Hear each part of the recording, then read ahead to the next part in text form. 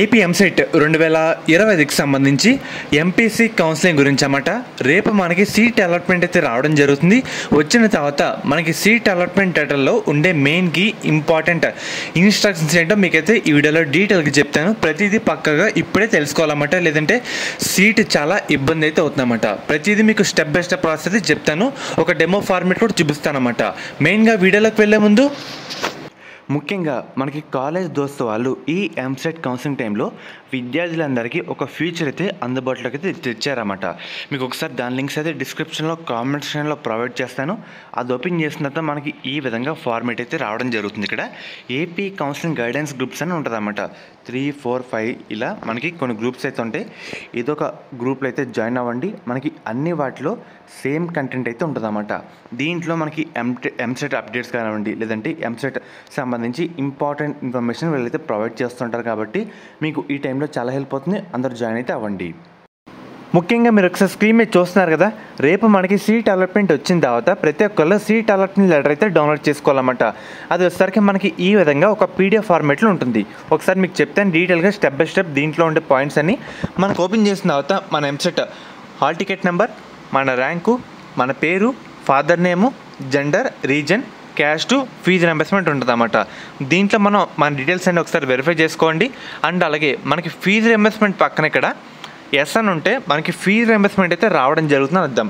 ఇప్పుడు ఇంకో పాయింట్ అయితే చెప్తాను, మనకి ఎలా వస్తుందో రాదో ఫీజు రింబర్స్మెంట్ ఎలా కన్ఫర్మ్ చేసుకోవాలో చెప్తాను. మనకి ఒక సీట్ అలాట్మెంట్లో ఒక కాలేజ్ అయితే అలాట్ అవుతుంది కదా, అలాట్ అయిన తర్వాత ఆ కాలేజ్ సంబంధించి ఫీజు అయితే ఇక్కడ మెన్షన్ చేస్తారన్నమాట.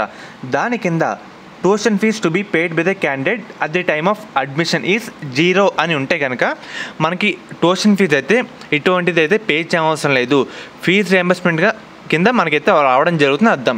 ఎవరికైతే 0 లేకుండా సర్టెన్ అమౌంట్ అయితే ఉంటుందో వాళ్ళైతే ఎలిజిబుల్ అయితే లేరు, వాళ్ళు ఫీజు రియంబర్స్మెంట్ అయితే ఎలిజిబుల్ అయితే లేరు, వాళ్ళ అమౌంట్ కూడా వాళ్ళే కట్టుకోవాలని అర్థం. ఇక్కడ 0 చూస్తున్నారు కదా, మనకి ఇక్కడ రెడ్ కలర్లో 2 పాయింట్స్ అయితే మెన్షన్ చేస్తారు. దాని గురించి ఇక్కడైతే డీటెయిల్గా వాళ్ళు చెప్తున్నారు. ట్యూషన్ ఫీజ్ మనకి అండర్ ఫీజు రింబర్స్మెంట్ కేటగిరీ చూస్తున్నారు కదా, మనకి ఫీజు రింబర్స్మెంట్ కింద మనకైతే కాలేజ్ అకౌంట్ ద్వారా పడుతుందైతే చెప్పారన్నమాట. ఈ విధంగా మనమైతే ట్యూషన్ ఫీజు డైరెక్ట్గా మన గవర్నమెంట్ అయితే చూసుకుంటుంది. దాని తర్వాత మనకి ఏంటంటే ఇక్కడ కొన్ని పాయింట్స్ అయితే చెప్తున్నారన్నమాట. మనకి సీట్ అలాట్మెంట్ అయిన తర్వాత ఫస్ట్ ఇక్కడ 2 విధాలుగా రిపోర్టింగ్ చేయాలి.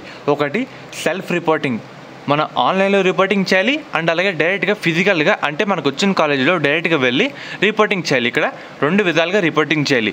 మనకి మెయిన్గా జాయినింగ్ రిపోర్ట్ ఫస్ట్ ఆన్లైన్లో రిపోర్టింగ్ చేసిన తర్వాత దాన్ని 2 కాపీలో ప్రింట్అవుట్ అయితే తీసుకోవాలన్నమాట. చూస్తున్నారు కదా, take a printout of 2 copies of joining report to the college.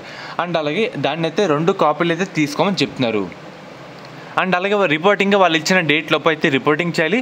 తర్వాత మనకు ఒకసారికి ఫిజికల్గా రిపోర్టింగ్ అయితే చేయాలన్నమాట. మీకు వచ్చిన కాలేజ్లో కన్ఫర్మ్గా లాస్ట్ డేట్ లోపు. ఒకవేళ మీరు ఫిజికల్గా కానీ మీకు వచ్చిన కాలేజీలో వెళ్ళకపోతే కనుక మీ సీట్ ఆటోమేటిక్గా క్యాన్సిల్ అయితే కావడం జరుగుతుంది. కాబట్టి ఎవరైతే ఇంకా టైం ఉంది కదా, లేదంటే అలా వెళ్దాం కదా అని అనుకుంటే మాత్రం సరే మీ సీట్ అయితే మిస్ చేసుకున్న వాళ్ళు అవుతారు. కాబట్టి గుర్తుపెట్టుకోండి, వన్స్ మీకు సీట్ వస్తే మీరు ఓకే అని అనుకుంటే మీకు వచ్చిన కాలేజీలో పక్కాగా ఇచ్చిన టైంలో అయితే వెళ్ళిపోండి. వెళ్ళకపోతే సీట్ అయితే క్యాన్సిల్ అయితే అవుతుంది అర్థం. అండ్ అలాగే మీరు ఇచ్చిన డేటాలో ప్రతి ఒక్కటి కూడా కరెక్ట్ ఇన్ఫర్మేషన్ అయితే ఉండాలి. ఫాల్స్ ఇన్ఫర్మేషన్ ఇస్తే మీ మీద క్రిమినల్ యాక్షన్ అయితే అవుతుందన్నమాట. అండ్ అలాగే చాలామందికి తెలీదు ఇక్కడ 5th పాయింట్ గురించి. చాలామంది ఏమనుకుంటారంటే ఫస్ట్ ఒక కాలేజ్ వచ్చింది కదా, సరే దీంట్లో ఒక రాయిద్దాం, సెకండ్ ఫేజ్లో ఇంకా మంచి కాలేజ్ వస్తే సెకండ్ ఫేజ్ వెళ్ళిపోదాం అని చెప్పి ఒరిజినల్ కాపీలు మొత్తం మీకు వచ్చిన ఫస్ట్ ఫేజ్లో ఉన్న కాలేజ్కి అయితే ఇచ్చేస్తారు. ఈ తప్పైతే చేయకండి. ఇక్కడ 5th పాయింట్ ఏమని చెప్తున్నారంటే not required to deposit original certificates in the college at the time of admission except original transfer certificate. ఒక టీసీ తప్ప వేరే ఏమీ మనమైతే ఇవ్వాల్సిన అవసరం లేదని చెప్తున్నారు అన్నమాట. వాళ్ళు ఓన్లీ వెరిఫికేషన్ పర్పస్ కోసం ఒకసారి చూపించండి, మ్యాక్సిమం జిరాక్స్ అయితే ప్రొవైడ్ చేయండి. కొన్ని కాలేజీలో నేను పారామెడికల్ సంబంధించి చూస్తూ ఉంటాను కదా, నర్సింగ్ కానీ ఫిజియోథెరపీ కానీ, ఫస్ట్ వీళ్ళు సర్టిఫికేట్స్ కోసం తీసుకొని కొంతమంది డిమాండ్ చేస్తారు.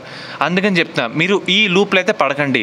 ఫస్ట్ జిరాక్స్ అయితే ఇవ్వండి అన్నమాట, వాళ్ళు వెరిఫై చేసుకుంటారు. కాబట్టి ఒరిజినల్ ఇస్తే కొన్ని కాలేజ్లో బయటికి రావడం చాలా కష్టమైతే అవుతుంది. మీరు అయితే అప్పైతే అసలు చేయకండి. అర్థమవుతుంది కదా. చాలామంది సెకండ్ ఫేజ్లో కూడా ట్రై చేద్దాం చూస్తూ ఉంటారు. అందుకే చెప్తున్నాను, జిరాక్స్ అయితే ఇవ్వండి, ఒరిజినల్ అయితే ఇవ్వకండి. ఇక్కడ వీళ్ళు కూడా అదే చెప్తున్నారు, ఓన్లీ టీసీ వచ్చేసరికి వెరిఫికేషన్ పర్పస్ కోసం సరిపోతుందని చెప్తున్నారు అన్నమాట. మెయిన్గా మీ సర్టిఫికేట్స్తో పాటు జిరాక్స్ కాపీస్ కూడా పట్టుకెళ్ళాలన్నమాట. ఒరిజినల్తో పాటు జిరాక్స్ కూడా పట్టుకెళ్ళండి, ఒరిజినల్ అయితే ఇవ్వకండి. అండ్ అలాగే ఒకసారి కిందకు వచ్చిన తర్వాత ఎవరికైతే పైన ట్యూషన్ ఫీజు దగ్గర 0 అని లేదో, సర్టెన్ అమౌంట్ ఉంటుందో వాళ్ళైతే ఎలిజిబుల్ అయితే కారు అని అర్థం. అండ్ అలాగే మీ సర్టిఫికేట్స్ కూడా అన్ని వెరిఫై చేస్తారు. క్యాస్ట్ కానీ, స్టడీ కానీ, ఇన్కమ్ కానీ, ఈడబ్ల్యూఎస్ సెంటర్ సర్టిఫికేట్స్ ఇవన్నీ వాళ్ళైతే వెరిఫై అయితే చేస్తారన్నమాట. వెరిఫై ఒరిజినల్ సర్టిఫికేట్స్ చూస్తారు కదా. అండ్ అలాగే మనకి క్లాస్ వర్క్ కూడా స్టార్ట్ అయితే అవుతుందన్నమాట. మెయిన్గా ఈ విధంగా మనకైతే ఉంటుంది. ఇదే అన్నమాట సీట్ అలాట్మెంట్ ఆర్డర్ కాపీ. మనకి ఈ విధంగా అయితే ఉంటుంది. దీంట్లో మెయిన్గా మనకి ఉన్నాయి కొన్ని పాయింట్స్. దీంట్లో వచ్చేసరికి ఇక్కడ 0 అని ఎవరికైతే ఉంటుందో వాళ్ళకి ఎలిజిబుల్ అన్నమాట ఫీజు రియంబర్స్మెంట్కి. అండ్ అలాగే జాయినింగ్ రిపోర్ట్ కూడా మనకి కన్ఫర్మ్గా కావాలి. ఒరిజినల్తో పాటు జిరాక్స్ కూడా పట్టుకెళ్ళండి. సో ఇవన్నీ చూసుకుంటే సరిపోతుంది అన్నమాట.